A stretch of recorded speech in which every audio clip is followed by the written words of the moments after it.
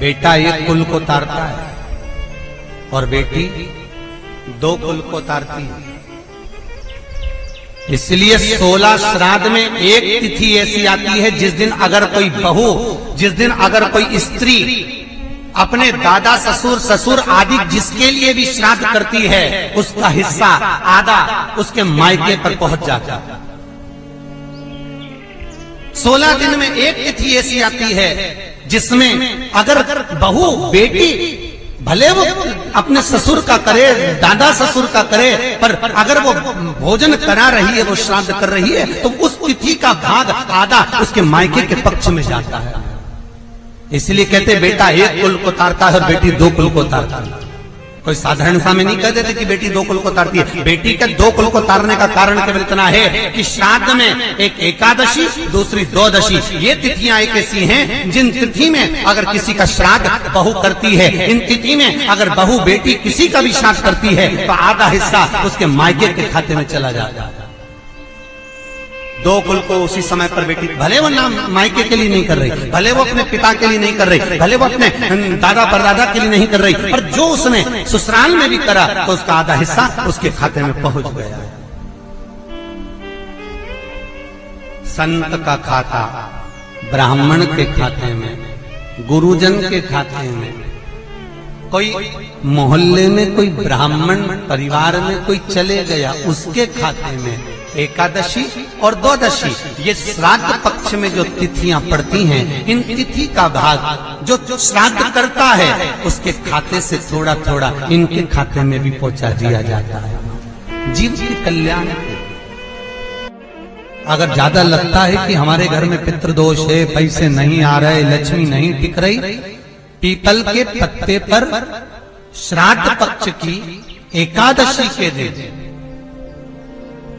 और द्वादशी के दिन पीपल के पत्ते पर शहद की 7 बिंदियां लगा दीजिए, उसी पर चंदन लगा दीजिए, 7 आखे चावल, सफेद चावल उस पर रख दीजिए, एक जौ थोड़ी थोड़ी काली तिल उस पर रख दीजिए। अपने पूर्वजों का नाम लेकर, पितरों का स्मरण कर कर, गोत्र बोलकर, नाम बोलकर बहते हुए पानी में उस पत्ते को छोड़ दीजिए। ये केवल श्राद्ध पक्ष में होगा, एकादशी तिथि के लिए बहते पानी में छोड़ दीजिए। जिंदगी में कभी संपदा की कमी नहीं आएगी, पितर आशीर्वाद देकर जरूर जाएंगे, ये पक्का। में श्राद्ध पक्ष में जो लोग गया जी नहीं जा सकते, ब्रह्म कपाली करने नहीं जा सकते, किसी जलाशय पर जाकर तर्पण तिलांजलि नहीं कर सकते, तो गरुड़ पुराण कहती है 16 श्राद्ध में 16 दिन तक गया फाल्गुन नदी का पूरा पुण्य, गया सुर का मुख का, हस्त कमल का पूरा पुण्य गाय माता के मुख में आकर विराजमान हो जाता है। 16 श्राद्ध में गाय को एक रोटी अगर दी जाती है तो गया जी में पिंड दान करने का पूरा पुण्य फल जीव को प्राप्त हो जाता है, जीव को प्राप्त।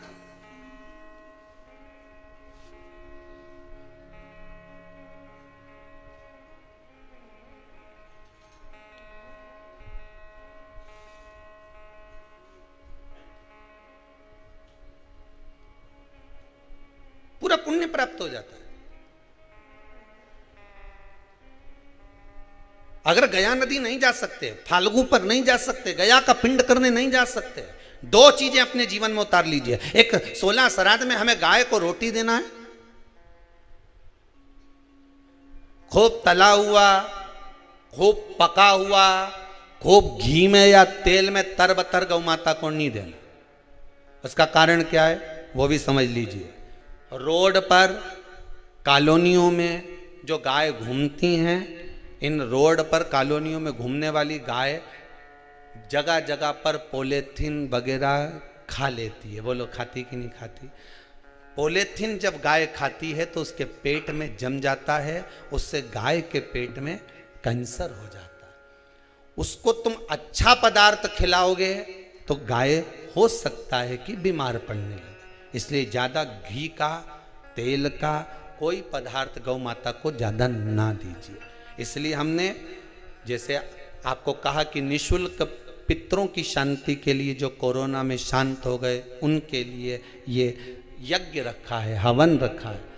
हमने तुरंत आशीष जी को, समीर जी को ये बात कही कि एक काम करो, साथ में हवन तो चल ही रहा है, थोड़ी सी लापसी तैयार करो।